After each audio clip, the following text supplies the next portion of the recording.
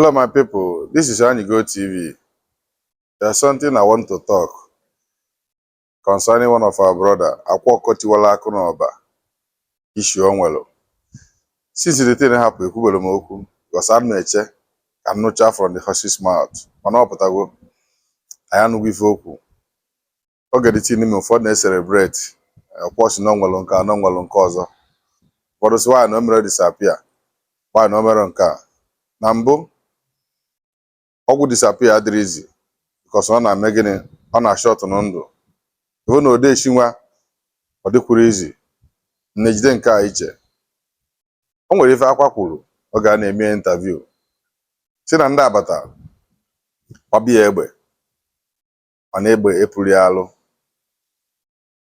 Still touch me nsị example na-agbabali egbe ọ bụ na egbe baa ya n'ụkwụ nwụlụ. So these people abịa na bịa ma mara na over kidnapper ka ndị assassin because onye bịakwute mmadụ bụ ụzọ gbabie egbe bụ onwe ya ka ọ chọọ. And it's well. Ekenekwana ụmụ mmiri enwe ilo anụ m ife JP Aki kwuo ọlụ and afọ m ife mmiri enwiro post na Facebook. The thing touch me. Reason some things n'ime ya for na this guy a na-akpọ mmiri enwe bụ ezigbo mmadụ even though no support ife Akwa na-eme because enwe believe on ọgwụ. I believe in natural tradition. For me, I don't believe in ọgwụ. I believe in natural tradition. And oge ife ame ndị mmadụ na-asị nke a na-etu ọnụ sịba mba Akwa bụ onye ide mmiri ma ọ bụ onye ide mmiri na mma asị gịnị kpewe ekpele ka ọ pụta because ife mmiri ya metụkwara anyị ncha niile. Mana o nwere ife nchọ ịrụtụ aka biko ụmụnna anyị ndị anụnwa na-eme ife a anyị makwa na obodo adịrọ mma mana biko ka m na-ayọ ife anyị aba atọrọ mmadụ agbagbuo n'ahịa ego nwee ka ọ dị because Akwa na-akọwa na dada egwudo na-agbagbu mmadụ tuo ntị n'iru ya. Anyị Igbo adịrọzi mma ọ dị isi na-eme anyị nwa bụ ndị n'obodo oyibo ara ekwezi anata. La Disemba gara aga bụ the worst Christmas agba n'ala Igbo because anọ Nigeria. Ọ dị isi na-eme ụfọdụ ndị ọgaranya ara abata Disemba. Ọ na-emekwa poverty na-adịkwa n'ala Igbo. Imagine mmadụ n'obodo oyibo kpatasi ego budata Nigeria ka o develop ebe nne ya nwoke develop ala Igbo ekidnap ya gbagbuo ya. Mala ama na that lineage onye afọ emego gịnị agwụgwọ. A si ekpochie dịka aja ifelolo agwụ. Mala amalụ na onwe ndị daga anyị na-enejere anya n'aka ya. Onwe ndị mmadụ na-enejere anya n'aka the person. Those people onwezi. Ọnwụ na-ebute nnukwu ife na family. Mụnwa ife a echetara na 2004 ọgọ nwoke kwesị ịkpọpụ m obodo oyibo den nwụrụ. Ọ data ọnwụ ya butere na meme ikro travel den mbido taba afụfụ. Enwe some people ya fa nwa some people fa kwesị inyelefe aka anyị enyezife aka ndị a taba afụfụ. Efu ka o si adị last year gara aga ụfọdụ ndị mmadụ ekwela ana ụfọdụ na-adebe na Lagos. Enwefọ ndị agadi nwaanyị ndị ụwa na-atụ n'ọnụ macha n'obodo dị iche iche bụ fa na-ehope be ndị ọgaranya asị na Chief Okeke every 26 December na ọ na-eke ụmụ nwaanyị akpa rice ka eji ka akwa ka ego.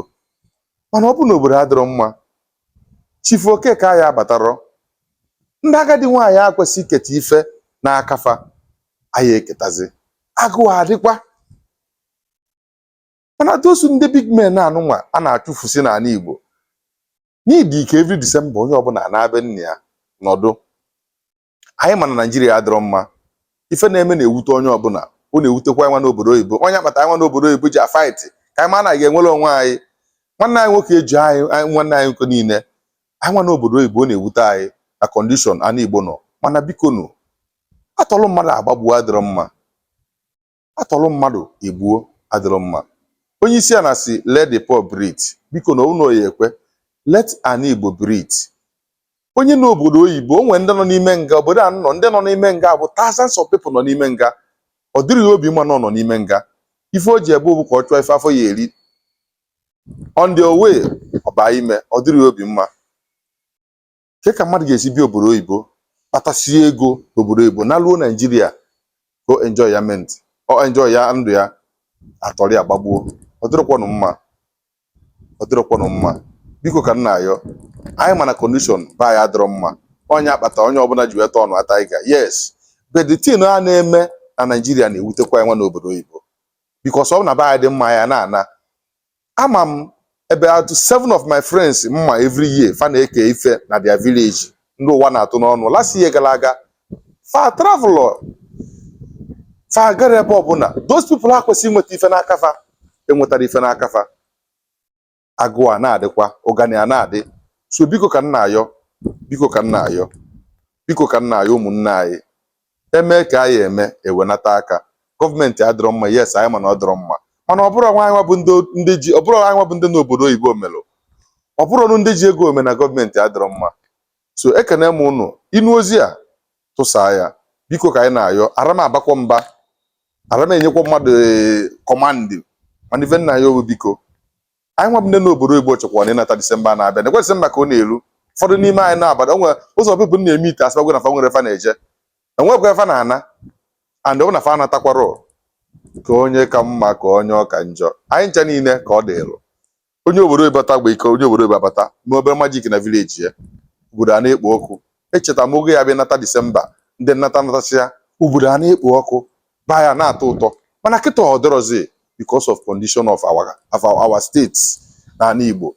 Biko ka nna ayọ, biko ka nna ayọ, biko nụ si wenata aka ka anyị nwa bụ ndị n'obodo Igbo nataba, because ọ dawakwa ụdị adawakwa ụdị a. Nna 10 years mmadụ afụfekwa be anyị. Ọ dawa ụdị ọ na ada 10 years mmadụ afụfekwa be anyị. Mana ekpere anyị bụ na ọ ya adị mma, ana Igbo ya adị mma, ana Igbo ya adị mma. Nwanne anyị nwoke bụ Akwa, thank God na-epụta, thank God na-epụta. Ọzọ emezina nke ma eme emegwe, ma ọzọ emezina ndị nwụrụ anwụ azị na-agbagbu sekuriti gị. Chineke nna ya eme ebere, console their families. Ife ma eme emegwe, ọzọ emezi ka anyị na-ayọ n'ala Igbo. Let an Igbo breathe. Ekene m unu. Share this video. Ọ ka bụ Anyịgo TV, ọ dị n'uche, nkwo n'ọnụ. Daalụnụ.